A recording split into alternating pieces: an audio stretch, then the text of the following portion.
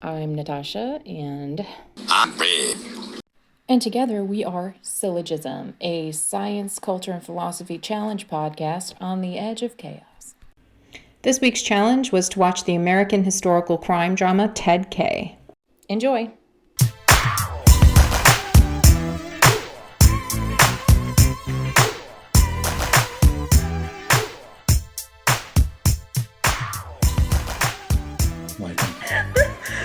But why do you have this very TedK look today? It's extra. Oh my God. Hold on one second. I need to yell at my husband to get his shit together. Bruh, I'm recording. I'm in the studio. Okay. Our challenge after we made the first TedK Unabomber challenge podcast, our challenge was to watch the film TedK, which came out very coincidentally right when we had recorded the podcast just about. There isn't any greater evidence of serendipity than this. There's no such thing as coincidence. You don't know. It's a TikTok thing. It's fine. Okay. Well, I'll put it in the video. It's fine. Yeah, if you'd like, I'll go watch some twerking videos after this, and then I'll understand. Why do you think TikTok is all twerking videos? because your TikTok. As a professed troglodyte, I only hear about these things through papers and word of mouth and stuff like that. And so, okay. Such a weirdo. The challenge. The actual challenge was to watch the TedK movie. And so I tried the first time when my friend was in town and fell asleep while they just talked shit on it. My husband and my friend just talked shit on the whole film. And then I watched it again, half last night, half this morning. So I watched it in 3 parts, basically. Oh, and so now we're going to talk about it. But also we've had some time to marinate on it, I think. And I've done a 4-hour recording of the manifesto. So I'm very intimately acquainted with his ideas. So do you feel, first question, I suppose, after watching the film, that you've had any change of heart about anything having to do with TedK? I wouldn't say that I had any change of heart whatsoever, except perhaps I feel like I understand more of him as a person than almost anything else. And so in that way, as tragic as some of his life, as his life became, it was a kind of sympathetic portrayal, or at least it was a really good way to see what might have been going on in his mind. And I think one of the best things about the film itself is that they looked at his diaries and used dialogue directly. They created dialogue, or at least monologue in most cases, directly from things he had written. So there was no way that this was a fabrication of his persona. This was as close to getting inside his mind, I think, that you could possibly get. Yeah, I agree. I think this showed me, I expected it to be kind of pointed in a one way or another. I really expected the filmmakers to vilify him. That was my expectation upon seeing the trailer. Primarily, I think because when I heard his voice in the trailer, the voiceover, I was like, they dogging him, I was like, they're trying him. And they didn't. They, I think, portrayed a very accurate depiction of what I imagine him to be like. But he said in the manifesto that it's okay to, so all the things that I found so hypocritical about him when we were discussing him the first time were reinforced in the movie. He said it was kind of like he made the rules, and so he was making them up as he went along. He was like, it's okay if you use technology only to dismantle technology. I don't know if that's, I think you and I might part a little bit on that. I don't know if that's necessarily hypocritical, because as technology makes someone, let's say, more potent in ways that you would want to undermine, you might need to use some of it to undo it, and then you'd have to also discard it yourself. So there's probably, so for instance, like the Ring, something like that, or even more current, if you wanted to undermine what's happening, let's say, between Ukraine and Russia, there are things that you can do with some technology to counter, let's say, missiles and airplanes. But even if you don't have access to those things, but if you had none of them and you just had pitchforks, let's say, like you would have had maybe pre-industrially, maybe as a result of being agrarian, the likelihood that you would mount any defense whatsoever and be able to prevent its eventual eclipse of your civilization is virtually null. So I think there is an argument that you do need to leverage some of what exists to try to level the playing field. So I agree but this brings up an interesting question, because he talks about how the revolution needs to come from the outside. And it reminds me of one time I was sitting next to a CEO of an airline on a flight, accidentally, didn't know I was sitting next to him until he commented on the flight attendant's shoes. She said, "Do you like these?" And he was like, "Oh yeah, And I was like, "Is she going to ask me too?" And he was like, "Oh no, I work for the airlines." And I was like, "Oh, what do you do?" He's like, "Well, I'm a CEO." And I was like, "Oh, all right. Well, okay. Love your airline. Thanks. You do great work." Well, you know what that was about then. What do you mean? Well, I mean, do you like my shoes? Look at this over here, Mr. CEO. No, they were new. It was a new uniform. Yeah, it wasn't like that at all. She was like 8,000 years old. So, oh, okay. But the point is that I had a conversation with him, a very candid, lovely conversation with him, and actually kind of kept in touch with him after. But he had suggested to me, while I was dealing with this whole pharmaceutical biotech conundrum that I hated, I'm like, I hate the whole system. I'm very TedK. I hate the whole pharmaceutical system, because it just felt gross to me. It feels like I'm selling science, I'm selling my intellect, and my face is what's selling their product, in a sense, my brain, not even my face. Mm. And he said that sometimes you have to change things from the inside. He worked his way up back in the day when you could do such a thing, from a technician to being the fucking CEO. And so for him, it makes sense in that realm of society, he could work change from the inside. I don't know if we can do that anymore. And Ted was saying you have to be an outsider in order to have a revolution. So this, I guess, is the difference between reform and revolution. Yes. So if you're working from the inside, you can obviously leverage all of the tools, but you have some art and element of surprise that you're using some rules from outside the game inside the game. But if you're an outsider and you're using inside rules, right? Like TedK using technology to dismantle technology. I don't know. What do you think about that? Interestingly enough, it reminds me of a Petersonian quote that I threw in my story actually recently, where he talks about the incremental, the barely perceptible incremental encroachment on what your boundaries are. And each concession leads to the potential furtherance of those transgressions. And so the degree to which your borders are loose and weak, the degree to which I'm inside you and you already have some affinity with me, is the potential. Well, let me finish. I got that's this. That's what he said. So the point is, you do little things, and then if you're there long enough, and no one knows that you're a revolutionary, before you know it, people will begin to parrot the things that you've said as if it's their own ideas, and they don't even know it. So I would say that that's both transformative and revolutionary. It's just that there's a difference between cataclysm and incrementalism.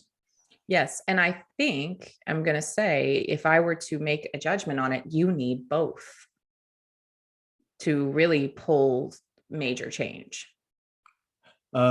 Yes. And so I actually draw parallels in my mind when you just said that to when you look at the distinction between or the differences in approach in social revolution between what we think of as Martin Luther King and Malcolm X. Mm-hmm. And so one is much more in your face and forceful and defiant, and the other is working within the system and garnering influence and even sympathy, and then getting people to change from within. And so you're right. If you're coming at it from both directions, Now you have someone who's sympathetic. Maybe you even begin to agree with some of their ideas.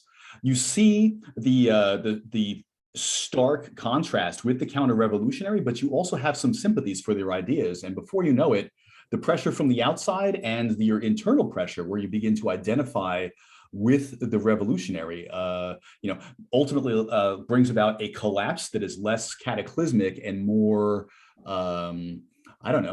societally transformative. But because you've adopted those ideas yourself. Right. This is kind of the same way with women's suffrage. I always make this comparison between Susan B. Anthony and Alice Stone. That would be Alice Paul. Alice was much more incendiary and hung around with the loose women and the prostitutes and the bra burners and, the pre-bra burners. And which I recommend, by the way. I often find myself hanging out with bra burners. Yeah, well, to each his own. I'm much more of the Susan B. Anthony type. I am much more of the color in the lines as best thou can. And you're too kind. That's not true, though. I don't know what I am. Sometimes I really get confused about what the fuck I am, because half the time I play that role and half the time I play the Alice Stone role. That would be Alice Paul. Mm-hmm. In the world, just fuck it all up. It's interesting. I was having a conversation with some friends of mine. The guy was saying, look, I can propose ideas and they can be really out there necessarily, and I don't have to necessarily adopt them, but I'm willing to entertain them. And so part of my discussion with them was that's a really good intellectual process to have. But ultimately, I kind of brought it back to what we were talking about. This is unfortunately going to, well, maybe fortunately, because there is an arc, circle us or back to things that we were saying with the Emersonian philosophy about zigging and zagging. And so I think there's an underlying arc to your ideas. There's only so far away that you're going to go, and that ultimately your tact is going to refine you such that you're going to be willing to accept fewer and fewer divergent ideas over time. And I think that process is something like maturity. And so maturation happens when you've tried everything, but you also know enough about yourself so that you don't waste your time trying things that are absolute nonsense from a perception of your identity. And I think that takes roughly half a lifetime to achieve. I think you're right. This is like what we were talking about last night, about knowing that one night stands are not for right. not for you. And it's so funny you mentioned this, because I was writing another newsletter on my Substack about TedK and circling back and waxing and waning and having different ideas. And I was talking about exactly this, that early on in my career, I was very immature, and you can see it in my writing where I waffle back and forth. I argue with myself all the time, but you could really see it in something I published where I had like no direction. It was competing ideas. And then I made a conclusion that wasn't the actual conclusion of the piece. It was like, I was saying A. So in conclusion, B. and I remember writing it thinking, oh, well, my advisor would probably prefer that I say B, but I really feel A. And so I wrote it, I sent it to her, and she was like, you really need to not be so one-sided, because it was the article title was Collaboration versus Competition. And I was real butthurt because I had gotten my shit stole from presenting it too soon, from premature publishing, in a sense. I've heard that can be a problem, and you should talk to your doctor about a solution that's right for you. I'm a premature publisher. I don't give a fuck. But see, that's kind of part of it is about acceptance too. And this is one thing I can say about TedK. He accepted who the fuck he was. This goes back to the whole self-reliant thing. Same thing with Kanye, talking about Kanye. No matter how fucked they are, or will be, they believe in themselves. And that's wild to me. I wish I had a shred of that confidence. Yeah. Well, and kind of as you and I were discussing a little bit, we need that.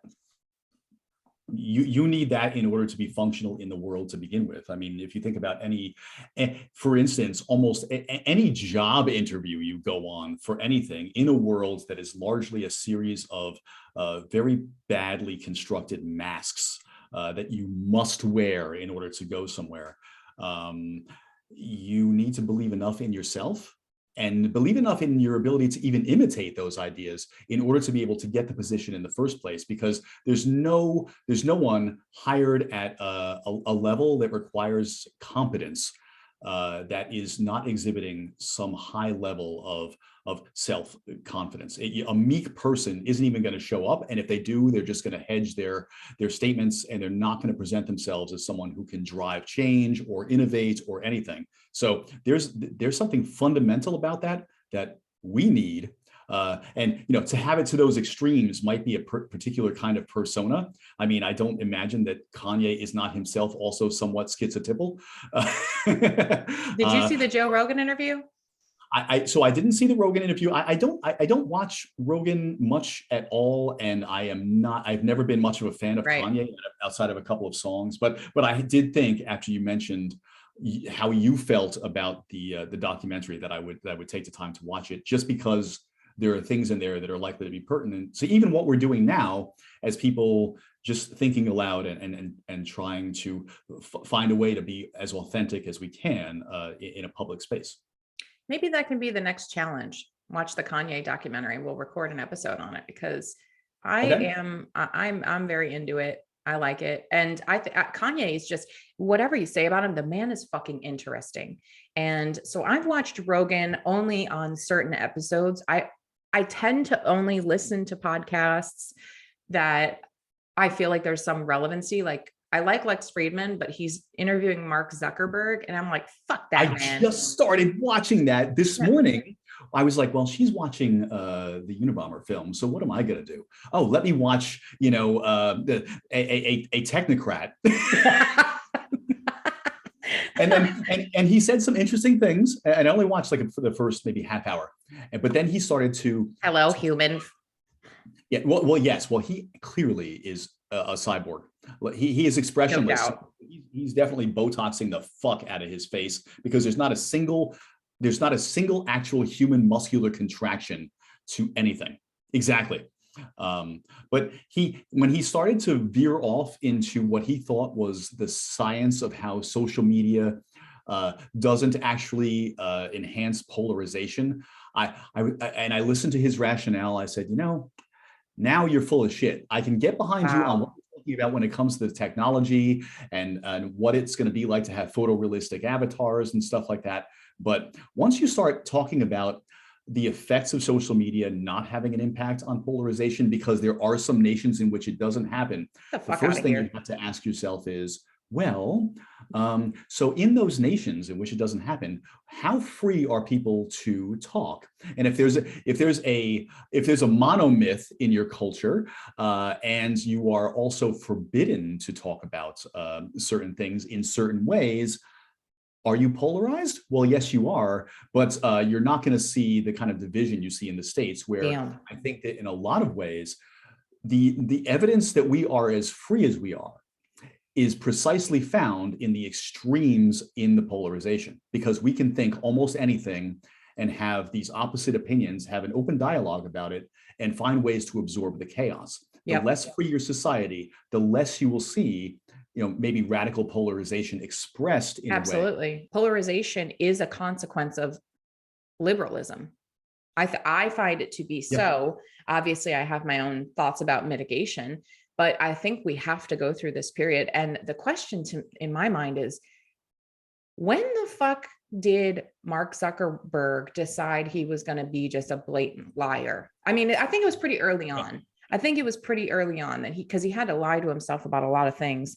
But this, I saw this news thread that said all these Telegram threads of where you can get information about what's really going on in Ukraine, because you can't trust what's happening on any media source, let alone any one media source. You have to kind of cobble together all of these pieces of information now to get a full picture, because one will leave out this, one will put film from this angle.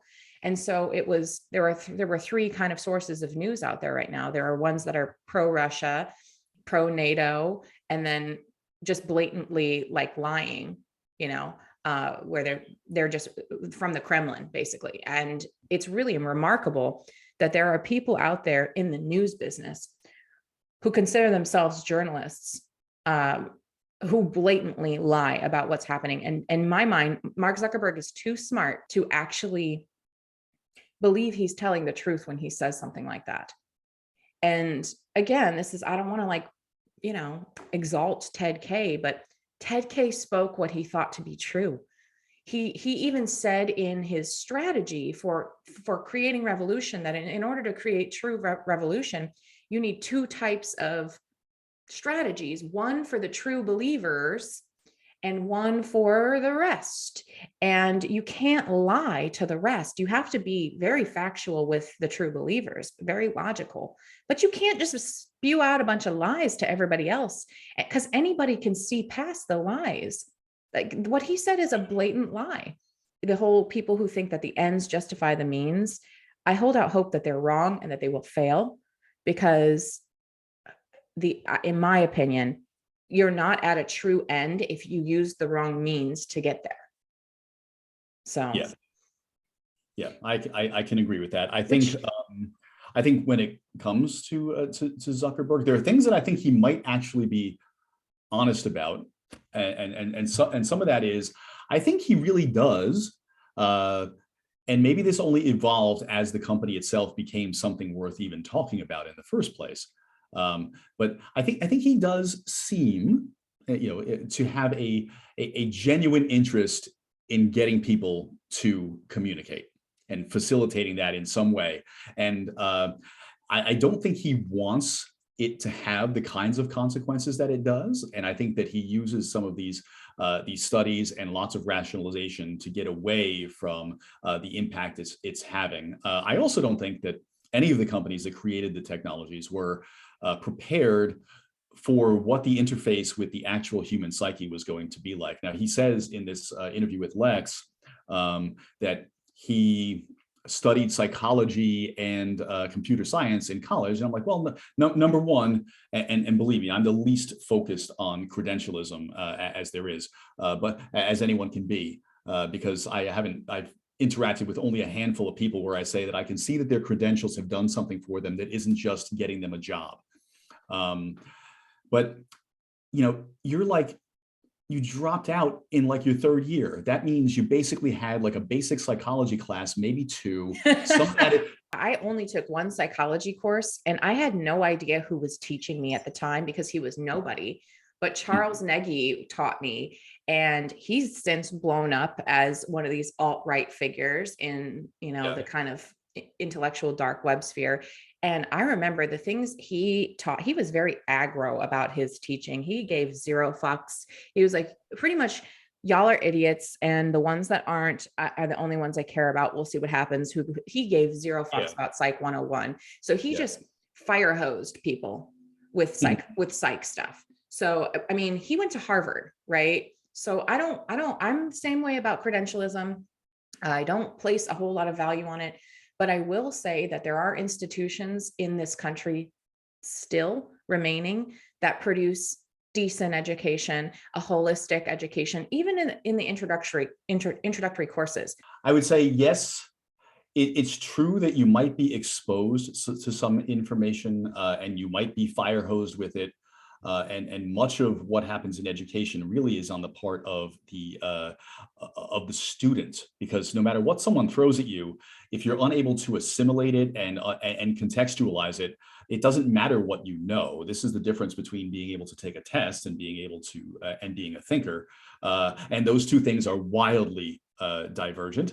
And so I would say that just because you're exposed to really good information, especially at that kind of age, doesn't necessarily mean that you understand the ramifications in a way that a more mature mind who has studied quite a bit more and integrated it with large swaths of additional psychology would. And so, yeah, you can have a great teacher and a great course, but if it's one course for one semester and you know a lot of things, that knowledge doesn't necessarily translate into comprehension. And so that's where I still think that no matter what, that comes with a breadth of exposure.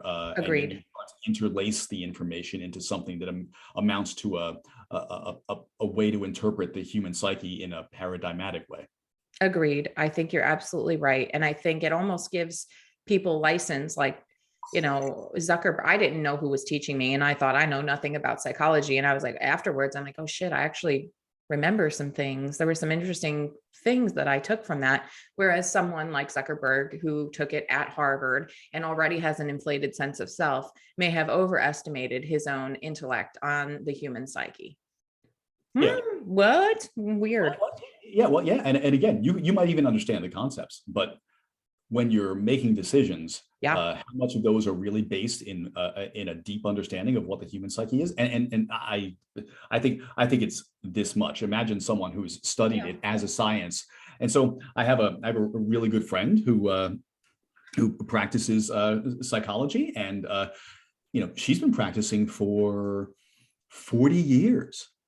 And what she had to go through in order to be educated, and then learn to sit through case studies, and then have each one of her analyses pulled apart in residency like you're defending a PhD thesis every single time, is an extraordinarily rigorous activity that someone who took an introductory course to psychology is never getting. It is not a science to you. It is dabbling. It's dilettantish, and I would say that most of what you espouse as a result is psychobabble.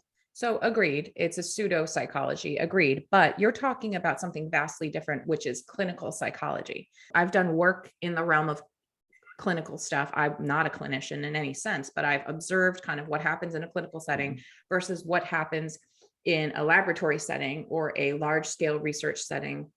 I'm going to actually argue, and I know we're veering off of TedK, but it'll come back. I'm going to argue in favor of Zuckerberg because I have a proclivity to actually. I mean, listen. Listen, no, you shut up. Listen. Oh, snap. All right. Stop talking shit. Stop talking shit. So here's why I'm gonna argue in favor of Zuckerberg, because while you called what he did dilettantish and dabbling, the motherfucker did something, which is more than most people do in this world. Agreed. And TedK did something, a very, very wrong something. But what else happens if you don't act, bro? What happens?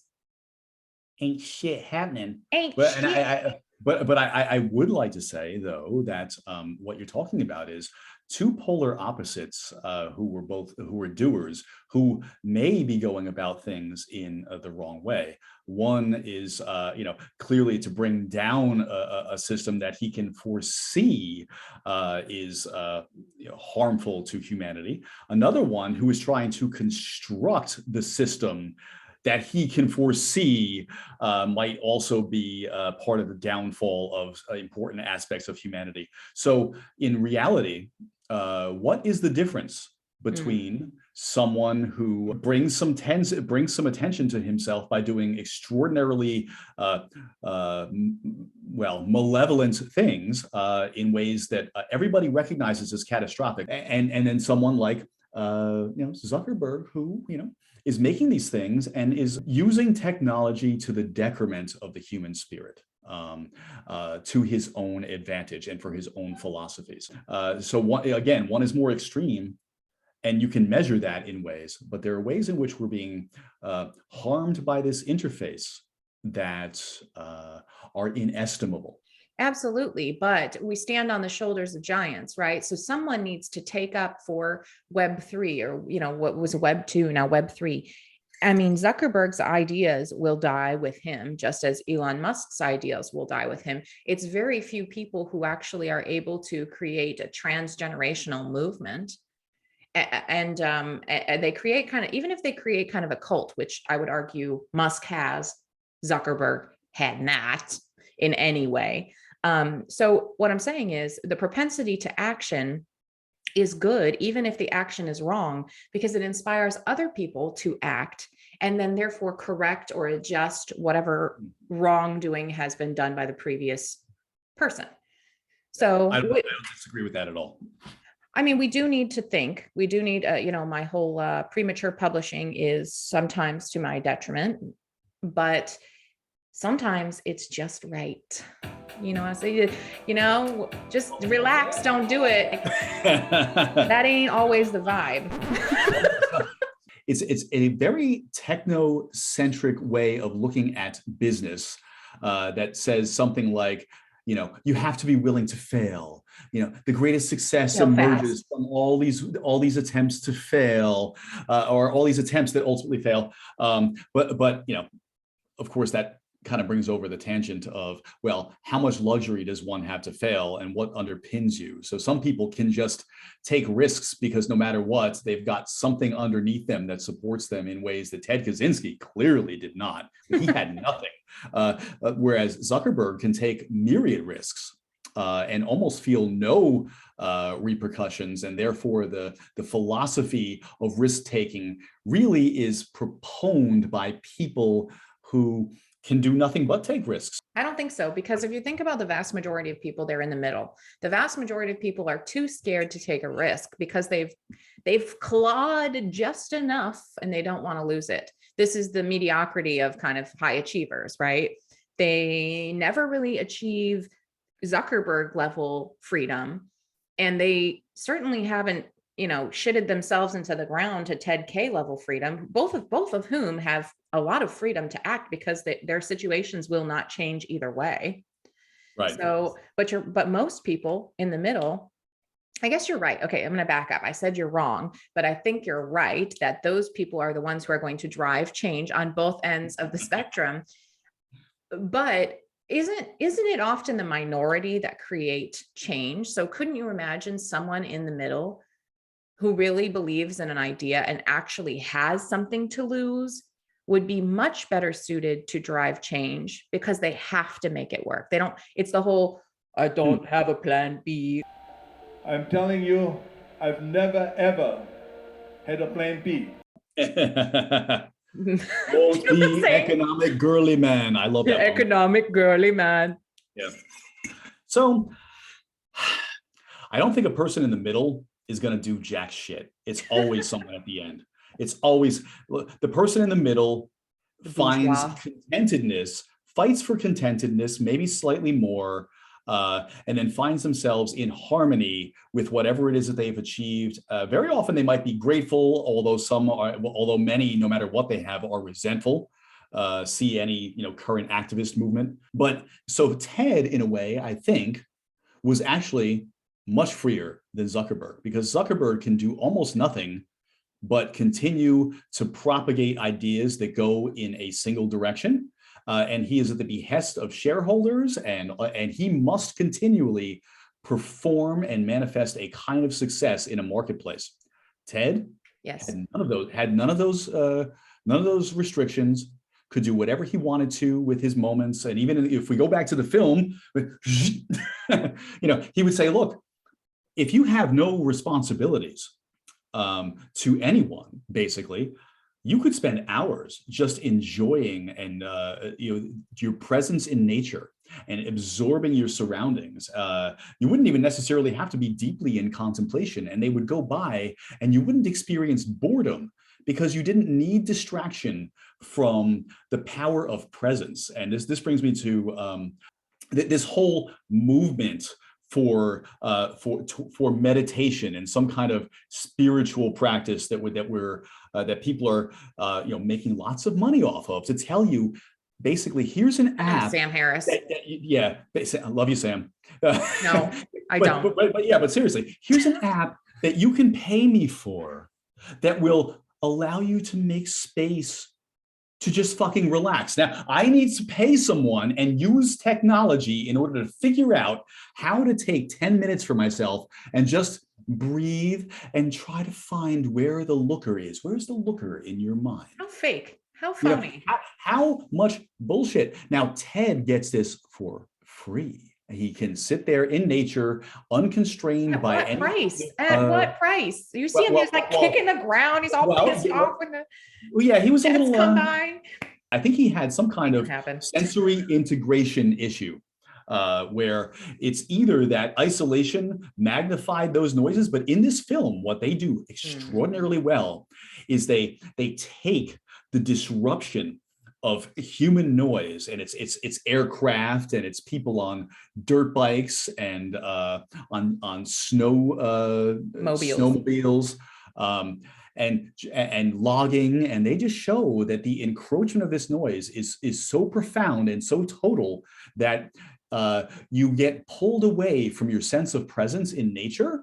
And it's almost like I wonder if some of what he did in part might have been because of a kind of sensory integration disorder that ultimately manifested itself in his desire to get away from the noise, the conundrum of technology that results in a constant hum that you can never escape. Every time that there was a moment of quiet and solace or whatever, or rumination, over went a helicopter. Here's a jet, to the point where he needed to figure out how to stop it because it was destroying something, I think, in a nervous system that wasn't well adapted to dealing with the ordinary amount of chaos that most of us have become accustomed to. If he were around, if he were born 30 years later, maybe he could have just subscribed to Sam Harris's app and been fine. But okay, I agree about the film. So like I said, my friend was like, "This is boring." She's like, she did not like it. And I thought it was great because what I think it did was it showed you how mentally ill he was, which is exactly what he did not want you to see and know. And so all people see is the man did this shit. And why did he do it? He did it because he needed to get this information out. And then when you read the information, this is, I think, how TedK enters most people's minds, is they see what he did, they read his manifesto, and then they go, oh my God, he's brilliant. He's right about all this stuff. So I think we all needed kind of no, wait, yeah, he's fucked up. Like he's way, way, way fucked up. And I think the film did a great job of showing the derangement that this man experienced. So it was sad to me. It was mostly I think the saddest part for me was the whole, like, I'm Mr. Lonely scene where he's dreaming he's in the cabin and it's falling down, and then he's on the fucking train, and he looked like a scared animal to me on that train. He couldn't function in the world, and he blamed everyone, which is very leftist of him. Indeed it is. But he blamed everyone else. It's everybody but me. There's nothing that I would be a model of perfection if not for everyone else. Right. My mom and my brother and my fucking, what did he say? My stinking fucking family. So I went to a museum recently and went to an exhibition. Which You're not going to talk about the Van Gogh exhibition again. No, this is the great Animal Orchestra by Bernie Krause. And when I went to this exhibition there to just listen to the glory of the natural orchestration of the world and understand how auditory communication winds up signaling all kinds of things and how emergent it is in nature. Among the things that he did was he took recordings at the same spot in roughly the same time of year, for the same duration, at the same time of day. And he would record the sounds in the wilderness in like the 1970s. And then he would record it again in the 80s and the 90s and so forth. And you can watch the pronounced decrement in biodiversity in what you hear in natural expression.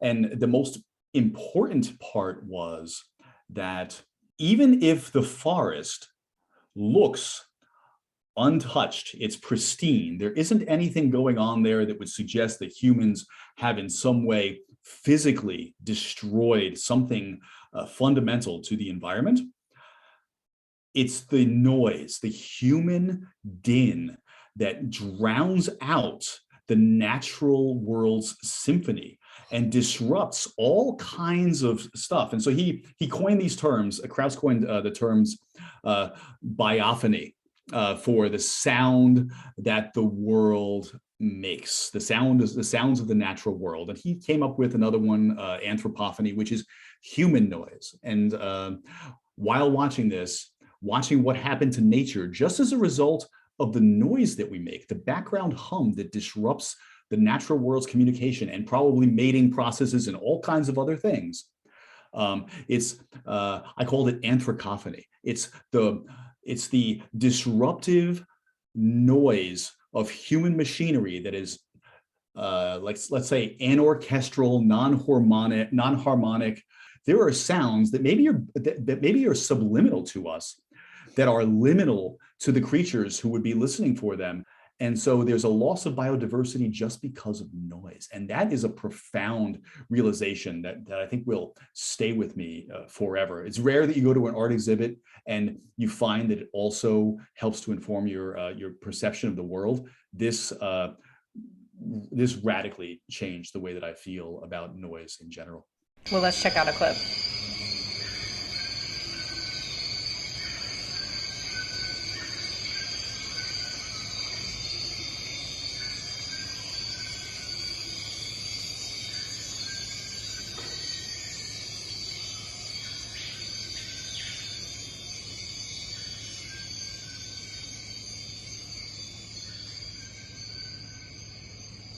Interesting.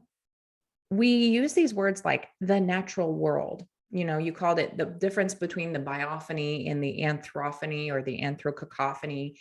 Yeah. But isn't human nature, so hasn't it come from nature itself? And this is my argument often when Ted is saying we need to return to nature. I'm like, bitch, we are nature. Are we not a monstrosity born from nature itself? We may be horrible. We may be creating these non-natural machines and entities, but is it not a natural consequence that would occur in many different evolutionary scenarios? If you think about Drake equation and how many other potential civilizations are out there, some of them have to be fucking shit up like we are too. And maybe we're not actually fucking shit up, maybe we're just reaching a different point. Maybe this is a part of our cycle that we have to go through. Sometimes you got to go through hard shit to come out on the other side. And if we survive, perhaps we can influence nature in a different way. I feel like this perspective is so negative that we're destroying nature. And I can't think of it that way. I don't want to think of it that way because we don't have a choice. We can't TedK this shit. We can't tear it all down. That would be horrible. That would be horrible. And all that we have created and built would be lost. So what do we do? How do I take this perspective? What do I do with it? It's aspirational that maybe we'll return to this someday, that maybe we can, it's historical, but we can't just sit and, I mean, that's a true conservative perspective. And the conservatives are fools, remember? Well, indeed they are. But I do have something to add to that, though, that is that might help a little bit, and that is we on top of the motherfucking food chain. Truth. But guess what? If there's no chain below you, there's no you. So there's something. That's not true. Say. Oh yeah, it's absolutely true. You're built on a foundation of microbes. You feed off of flora and fauna. True, but what if you what if the pyramid is here and we're at the apex and we're slowly eroding what's underneath us to build something out from on top of us? So we are once again situated at the bottom. Is that not a possibility? That you're kind of, building up over you? Could that not be? I can see that. I can see that. But I think there needs to be enough of a balance to recognize that if you go too quickly, then the too quickly means that you don't get an opportunity to build on top of you. And so Agreed. I don't disagree with any of that. And I'm not making a let's not progress argument. The argument I'm making, though, is that we may be, as we exponentiate the development of some technology, we may be going so quick that while it also disrupts our social systems, we also disrupt fundamental biological systems that underpin us in ways that we can't even understand. Like, I did not know that there would be such an effect on of human noise on the mating habits of fucking butterflies in a forest somewhere that was so distant that you wouldn't even think there was any contact. Chaos theory.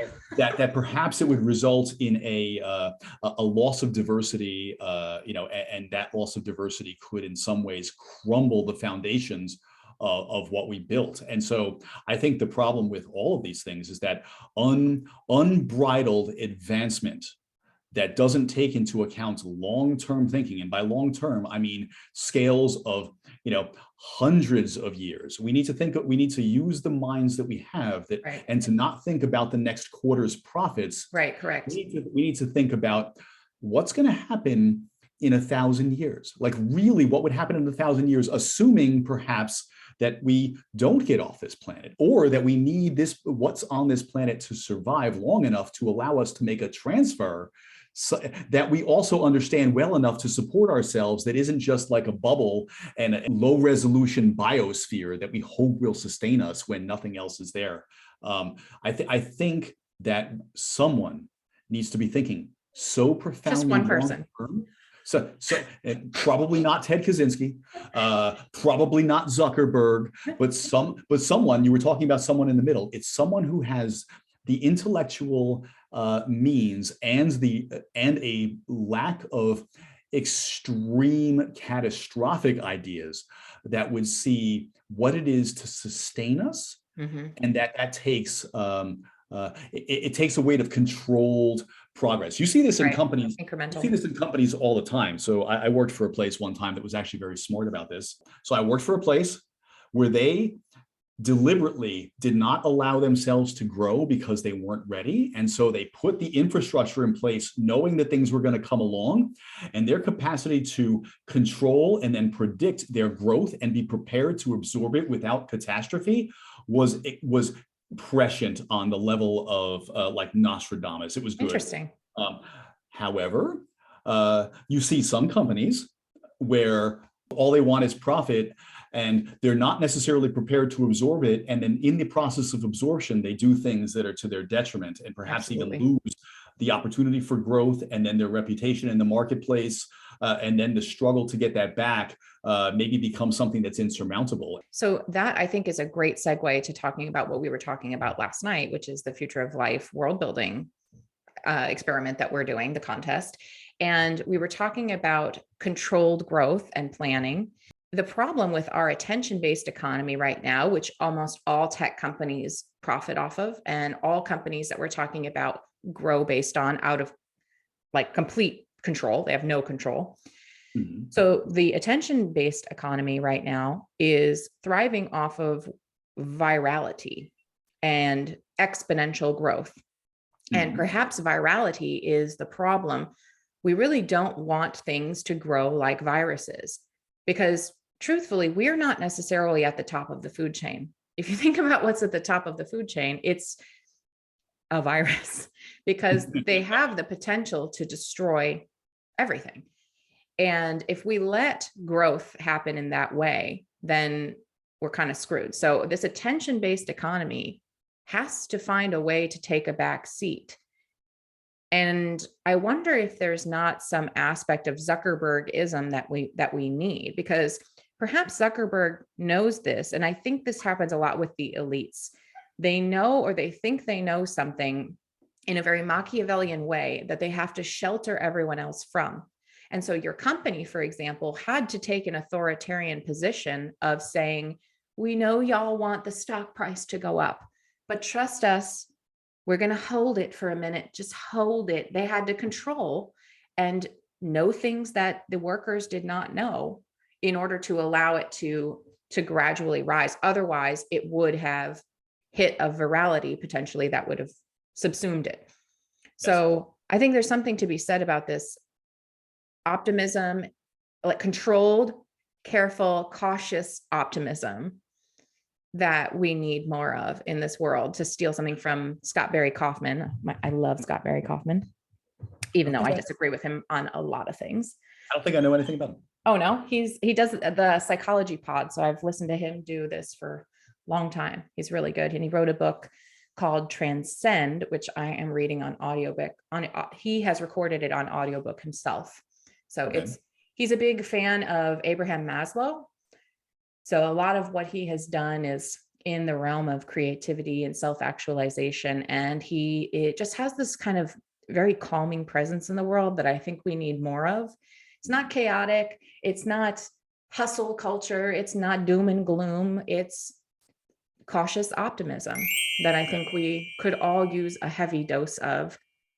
And even us, even you and I, we have this kind of like Joker-esque, especially me, persona, but underneath it, I do try to have and maintain that cautious optimism.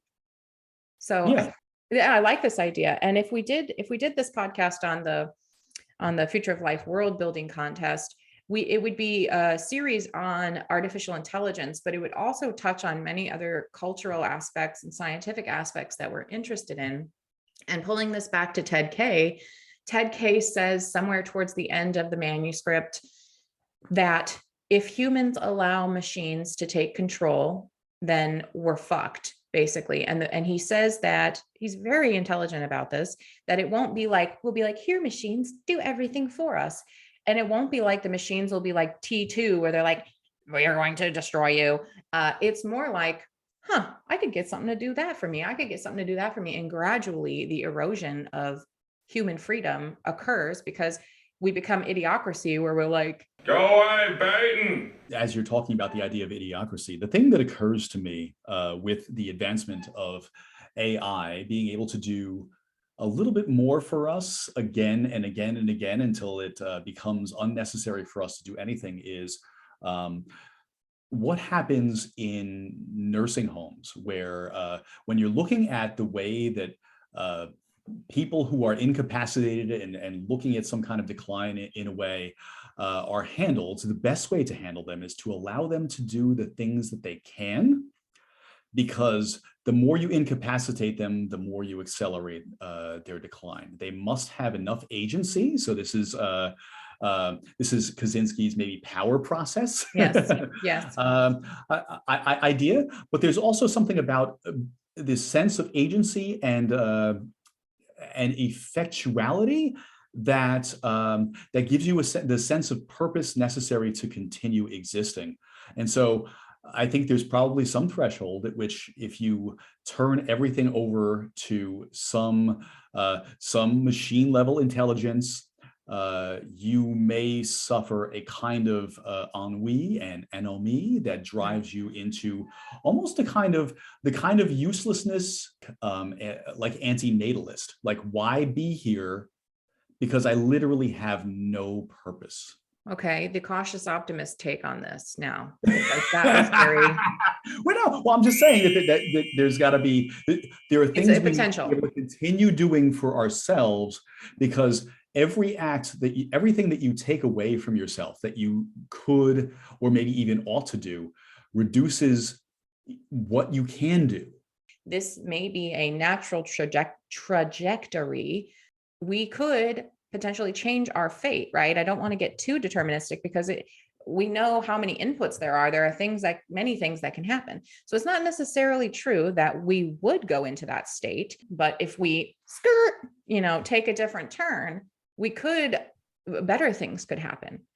If you look at, I remember when we were reading Life 3.0 and Max had all these scenarios laid out for the different artificial superintelligence situations.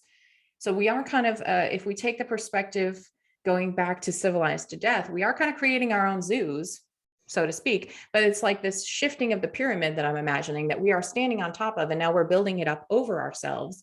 And maybe this is just part of the way things go. So instead of thinking about it that we all descend into ennui, perhaps we move into a different type of intelligence or a different type of interest in being human. Perhaps we could even get back to a TedK kind of state of meditation and oneness with the matrix, so to speak, right? What if you're all just laying in your matrix pods going, here we are. We're right? Like, I mean, is that not, I mean, it sounds terrible, but would it be? Cue up the DMT. So we don't know exactly what we're gaining yet. We focus a lot of times with our negativity bias in this world on what we're losing.